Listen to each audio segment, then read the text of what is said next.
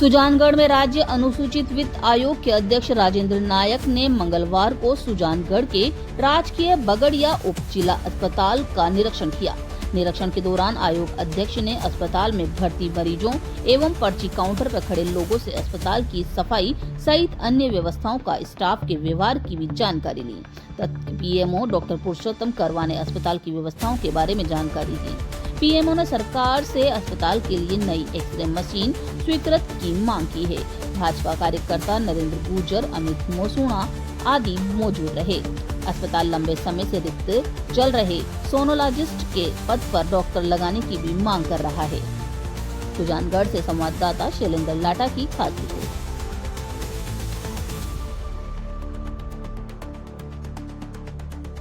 पिछली बार भी मैं यहाँ आया था और आता रहूँगा।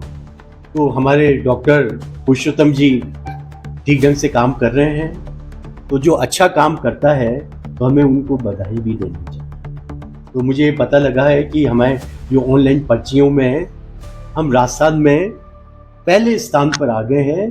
तो और उसके अलावा भी मैं चाहूँगा कि जिस प्रकार की हमारी डॉक्टर की टीम है तो हम इलाज के मामले में भी राजस्थान में अव्वल दर्जे पर। तो कुछ कमियां हमेशा स्कोप फॉर इम्प्रूवमेंट रहता है, कुछ न कुछ है तो और आगे हम करते हैं। तो खुशी ये हुई कि सरकार की तरफ से तो कार्य चल ही रहा है, पैसा मिल रहा है, लेकिन खुशी की ये बात है कि इनके व्यक्तिगत संबंध ने और तापड़िया जी जैसे हमारे दानदाता हैं उन्होंने आगे आए हैं और आकर के अपने आर्थिक सहायता और मैन पावर की सहायता दी।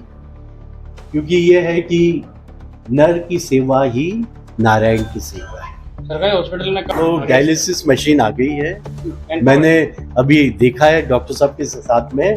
वो जल्द ही डायलिसिस के लिए हमारे सुजानगढ़ के व्यक्तियों को बाहर नहीं जाना। मुझे पता है जिनको किडनी फेलियर रहती है उनको बाद में बहुत दूर दूर जाना पड़े सर, और अधिकतर गरीब तबका का लोग सोनोलॉजिस्ट के लिए क्या प्रयास करेंगे? है जी, सोनोलॉजिस्ट की पोस्ट। हाँ, उसके लिए भी, क्योंकि आप देखिए पूरा राजस्थान है, हमारे चिकित्सा मंत्री जी बहुत प्रयास कर रहे हैं क्योंकि वो तो पूरे राजस्थान के चिकित्सा मंत्री हैं। तो सोनोलॉजिस्ट के लिए भी मेरा प्रयास है और मैं यहाँ से मैं जयपुर जा रहा हूँ और मंत्री जी से मैं मिलूंगा और अपनी ये जो बात आपने बताई थी एक आध चीजें, तो उसको भी हम जल्दी से जल्दी लगाने का प्रयास करें।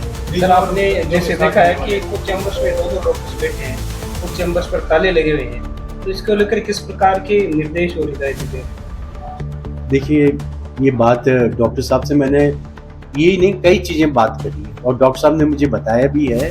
तो अब क्या है कि हर कमरे में एक एक आदमी बैठा है, वो अगर कोई छुट्टी पे चला जाता है तो उसकी जगह किसी और को, क्योंकि पेशेंट को तो ये पता कि हम इस डॉक्टर से मिलेंगे, अगर उसका कमरा ही बंद मिलेगा तो वहाँ पर उन्हें किसी और को बिठा दिया है। तो उस पर व्यवस्था हो गई है। ऐसा नहीं है कि एक ही कमरे में 4 डॉक्टर बैठे, सब अलग अलग कमरे में मिले हुए हैं और आराम से वो अपना इलाज कर रहे हैं।